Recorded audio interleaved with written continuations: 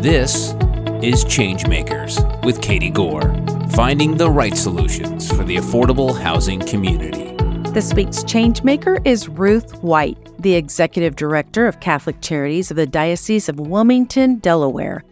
Ruth has dedicated her career to improving public policy and expanding housing resources for families and youth involved with child welfare and early childhood education. As co-founder of the National Center for Housing and Child Welfare, she has successfully advocated for over $300 million in funding for new housing subsidies and services. Ruth, welcome to the podcast. Oh, Katie, I'm so honored to be here. Thank you. I am glad that you are here. Both of us have been very, very vocal in several initiatives related to child welfare and foster youth. So it is great to have you on this podcast and really reach a larger audience. Honestly, I think that some of your work, you have just such a national audience and a following. It's an honor to have the opportunity to get on that platform. Great. Let's start by a simple question that I usually ask so many people who are on here, but I'd like to know what drew you into housing policy and child welfare. Do you have some early experiences that really influenced your advocacy work? Well, I actually grew up in Shaker Heights, Ohio, which is a suburb of Cleveland on the east side, and I think from a very young age, I was aware of the juxtaposition of Shaker Heights to East Cleveland and the disparities between what we had available to us growing up in Shaker Heights versus, say, the Fairfax neighborhood or Buckeye, Woodland area, and some of the really large public housing projects there. It just struck me from a very young age, and so I think is what got me interested in housing and bringing opportunities to people from a very young age. So when you started to come into the policy side and the advocacy, what did you start noticing, especially given what you were aware of from growing up in that neighborhood? Well, I was actually brought into the policy work by a gentleman named Bob McKay, whom some of your listeners will be acquainted with. He had a 50 or 60 year professional experience working with public housing authorities. And so he really brought me in to this work when he hired me at the Child Welfare League of America to do training and convening of housing authorities and their child welfare partners. But, you know, his feeling on the matter was HUD has agility and flexibility built into its programs, and you can capitalize on that. Don't be afraid to ask. Don't be afraid to come up with big ideas and go in there and talk to HUD's career professionals, and they will help you get the job done. And boy, if I found that to be the case, that is absolutely worked for me. Let's talk about the National Center for Housing and Child Welfare. What is it? How did it get started? Who do you serve? Just tell us all the details, especially for people who have really maybe never heard about the National Center. Well, it's only about 16 years old, and it's small and mighty. So myself and Bob McKay, started this journey in about 2008. And the reason we started it is because he and I had lobbied to reestablish funding for one of HUD's signature family programs, the Family Unification Program. That went dormant from about the year 2000 through about the year 2008. And in the intervening years, we worked to reestablish the funding both through appropriations and also running some interference with HUD. And lo and behold, we did it. But there wasn't a training apparatus. There was no appetite among any of the large national housing organizations to really do what was necessary to rebuild those interagency partnerships, community by community. So after meeting with other organizations, it became very clear that we needed to establish a specific nonprofit to bring the housing authorities and child welfare agencies together, and to create a platform for the youth and families who were impacted by housing instability themselves to the table to help write policy and expand the Family Unification Program portfolio. And we're talking about set-aside vouchers for people who would go through this program. And have you seen the numbers? What are we looking at as far as impacts? Well, the impact is, on the one hand, massive, but it's also contained. So The Family Unification Program is a set aside of vouchers under the Housing Choice Voucher Program for families who are at risk of losing their children to foster care, primarily due to inadequate housing. It also will provide an opportunity for families to reunify with their children, but it's also offered to young people who are leaving foster care as adults and have not found permanency either through reunification with their own family or finding forever family through the adoption portfolio. It's very sad they reach adulthood alone, navigating all of that. So Housing Choice Voucher through the Family Unification Program could offer them access to their own apartment. And of course, they would avail themselves of all the other options available through housing authorities. So that, we really set out to send that message across the country that Housing Choice Vouchers can be an important platform for keeping families together and for economic self-sufficiency. But it's also the case that the National Center for Housing and Child Welfare, we do a lot of work with child welfare agencies to make sure that they are using their resources flexibly to meet housing needs on an emergency and sometimes an interim basis, separate and apart from what a public housing authority could be doing. And we've had a lot of success pointing out that they too have agility and flexibility that they can use to pay for short-term motel stays. They can pay rent on a long-term basis until such a time as, if necessary, a voucher becomes available. So it's not kind of one-sided. We don't just say, hey, this is what a housing authority is, go there. We really force the issue with child welfare that they need to be meeting housing challenges and economic security as well before we even engage with the housing authority. You and your team were really instrumental in securing a lot of this funding, and recently this Foster Youth to Independence initiative. And we've seen a lot of people start to be aware about this initiative now. Describe what happens. You mentioned it a little bit earlier when young people are leaving the foster care system and they, in essence, have nowhere to go. So tell us how crucial these FYI, Foster Youth to Independence vouchers, and how crucial this initiative has been for you guys. This is another opportunity for me to express my deep gratitude to you for having me on your program, because the key right now is really marketing and raising awareness about the program. So it's been the case for 100 years that there are young people who will age out of the foster care system, which means they've reached the age of 21. I want to be clear. Youth don't need to age out at 18. The federal law has been changed. In fact, it changed in 2008. Young people can stay connected to the foster care system through their 21st birthday. And the Child Welfare Agency is required to help them build financial literacy skills, learn how to be a good runner, et cetera, et cetera. But there's still an economic problem that they face. So the gap between the wages that they're qualified to earn and the cost of housing, of course, folks on this program will know, is a sizable gap. So a housing choice voucher can fill that gap. What our organization was able to do in 2019 was work with a group of current and former foster youth to capitalize on HUD's existing housing choice voucher program and the fact that the Family Unification Program is an eligible use, or at least it was at the time in 2019, an eligible use of the tenant protection account. And few people know that those vouchers can be distributed in increments as small as one at a time, anywhere in the country, exactly when they're needed. So we wrote a proposal and took that directly to Dr. Carson when he was the Secretary of HUD, arguing that he could use this regulatory authority to begin handing out vouchers for youth aging out of foster care in exactly that distribution mechanism, in increments as small as one at a time, perfectly timed with their emancipation.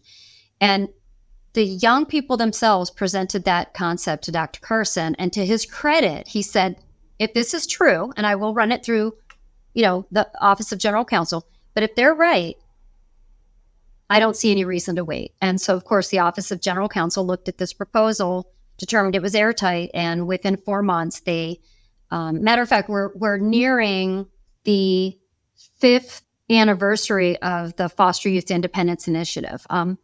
So that's what it is. It has since been codified, and I can talk a little bit more about that too. But just to be clear, it is an on-demand distribution mechanism for vouchers for youth aging out of foster care. So for all intents and purposes, There should be no young people aging out of foster care who are not aware of this opportunity and able to partake of this opportunity. So we've essentially ended homelessness for youth aging out of foster care. And I'm very proud that it was the young people themselves that devised this concept along with the National Center.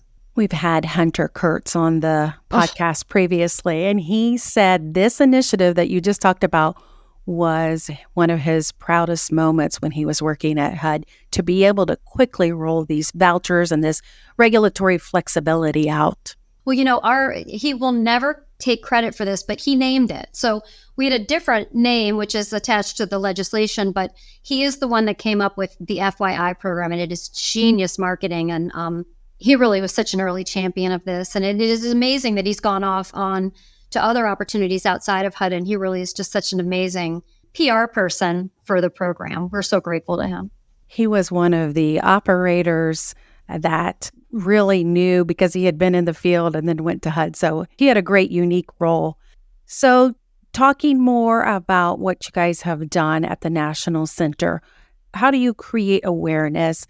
You've got lots of forums, but what is the manner by which you're getting the word out? So would you believe that we actually had some method behind the madness? So we used diffusion of innovation science to diffuse this across the country. So that is a very specific approach. You get the opinion leaders, and you create you create these pathways of communication. So right out of the gate, we got those innovator states. So there were 6 innovator states who entered the fray and implemented the program. We then did webinars, national webinars with HUD, with Hunter Kurtz, with the wonderful Danielle Bastarash and Ryan Jones. That whole PIH team was amazing. So we did free webinars for everybody across the country. We brought the young people in themselves. We hit all of the existing affordable housing community. So National Low Income Housing Coalition immediately agreed to allow us to write an article for the Advocates Guide that was separate from the Family Unification Program. It was about FYI. So all the heavy hitters kind of entered the fray. So in other words, we used the existing structure and jumped onto that, and were able to get the word out nationally. Public Housing Authority Directors Association was amazing. They actually helped us write the concept and shape it up. National Association of Housing Redevelopment Officials also had us do training. So I really think that there were a lot of partners in there that we were able to tap, and we didn't have to create a whole infrastructure. That infrastructure exists. Given the complexity when a person transitions from foster care to independent living, beyond vouchers, what support structures are you seeing that really aid in that long-term stable transition that they need? We've talked a lot about vouchers, but what else would you say is part of that success platform for them as they transition?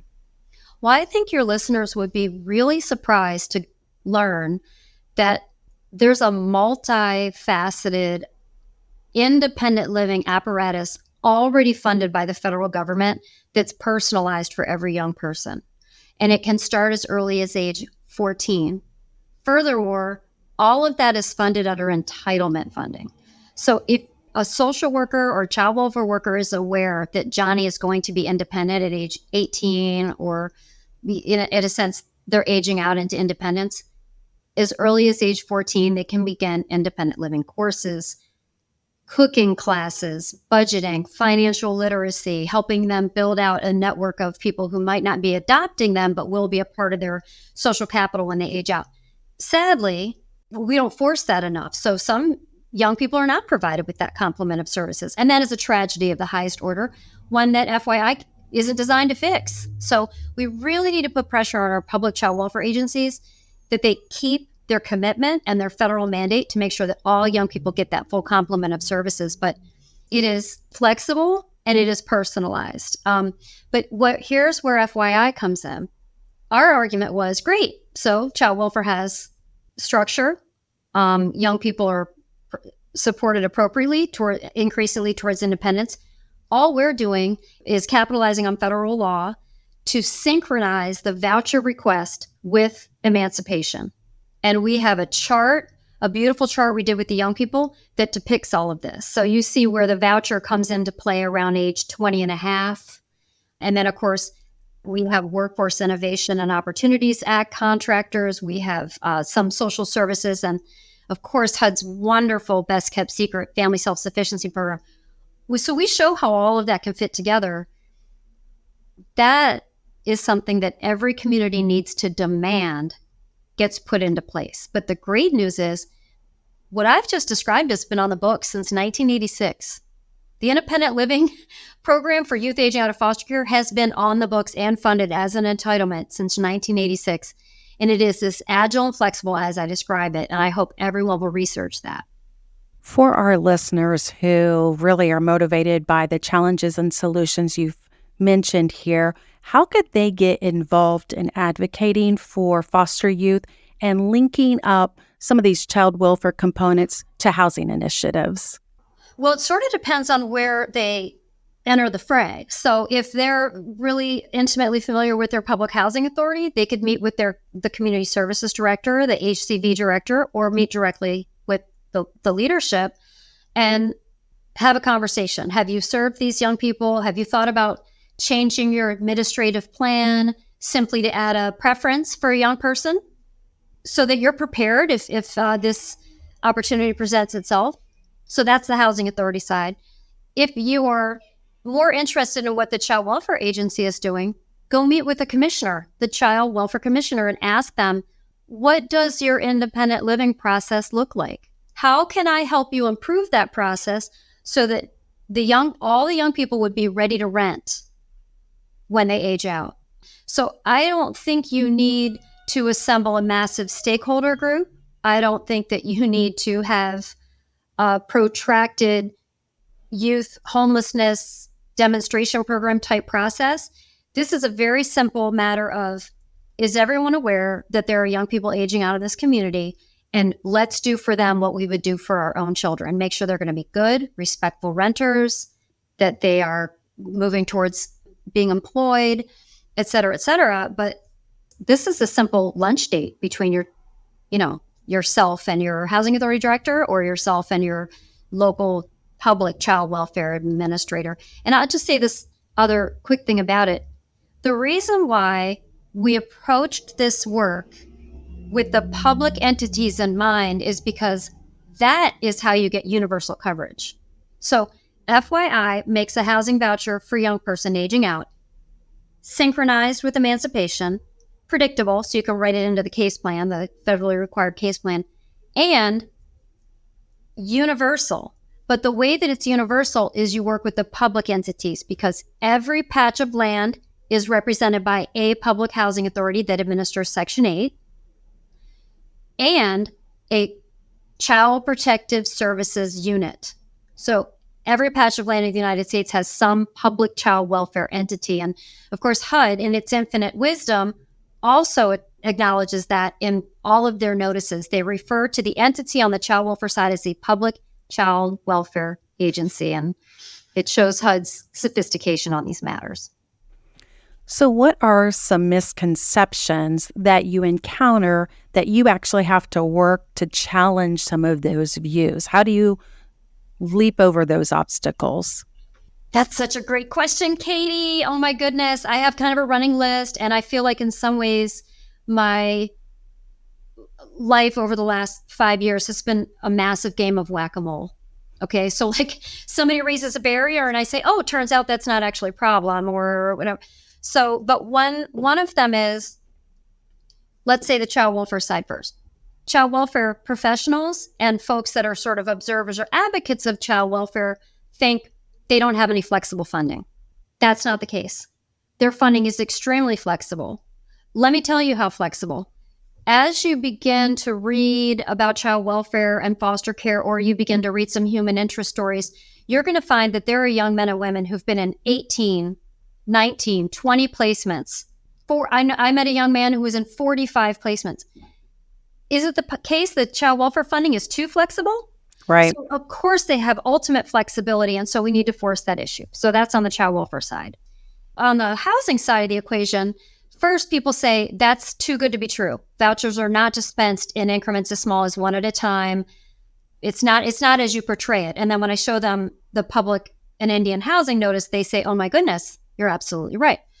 Then they say, well, my public housing authority director isn't interested. In my 25-year career of working with public housing authorities, I've only had 2 instances where a public housing authority director said, you know what, philosophically, I don't get it. I don't think this is a problem. I don't think these youth need vouchers. And in both instances, those housing authorities are now administering the Foster Youth Independence Initiative, okay? I didn't even have to go nuclear. But the reality is that's never the case. Housing authorities will do this. And in the event that you had a housing authority that really was resistant, you would go to their board. So there is a way to do it. And then another concern is landlords don't want to rent to these kids. They have no interest. Couple of things. That's not true. But assume you were in a really tight housing market and you knew that, like San Francisco or say Palm Beach or something, Washington, D.C. Given sufficient time, surely anyone could find a landlord. So I just want to offer something to you.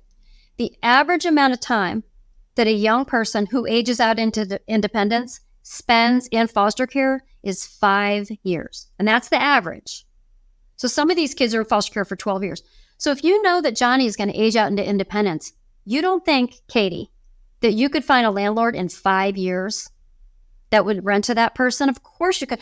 You would have a foster parent who would have sufficient time to purchase a property and rent it to Johnny. So the reality is all of the cavalcade of excuses or problems or even legitimate problems that are presented to me, they're all surmountable. And I've seen that in my career. And I also want to say that even the professionals that have been sort of intimidated by the enormity of the problem, once given the opportunity to devise some solutions, they've become the biggest advocates for the program. So I really want to say I am so fortunate to be able to work with the public professional staff on the ground in both housing authorities and in the child welfare agencies have really fully embraced this program. And I'm really proud of them.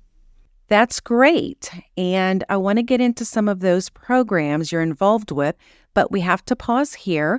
Coming up next time on Changemakers, Ruth will also discuss her new role as the Executive Director of Catholic Charities of the Diocese of Wilmington. I'm kind of returning to my roots where I'm working more in a capacity where I'm meeting the people that are becoming housed. I'm managing programs out there, telling the great story about Catholic Charities and other providers that are on the ground solving America's housing challenges.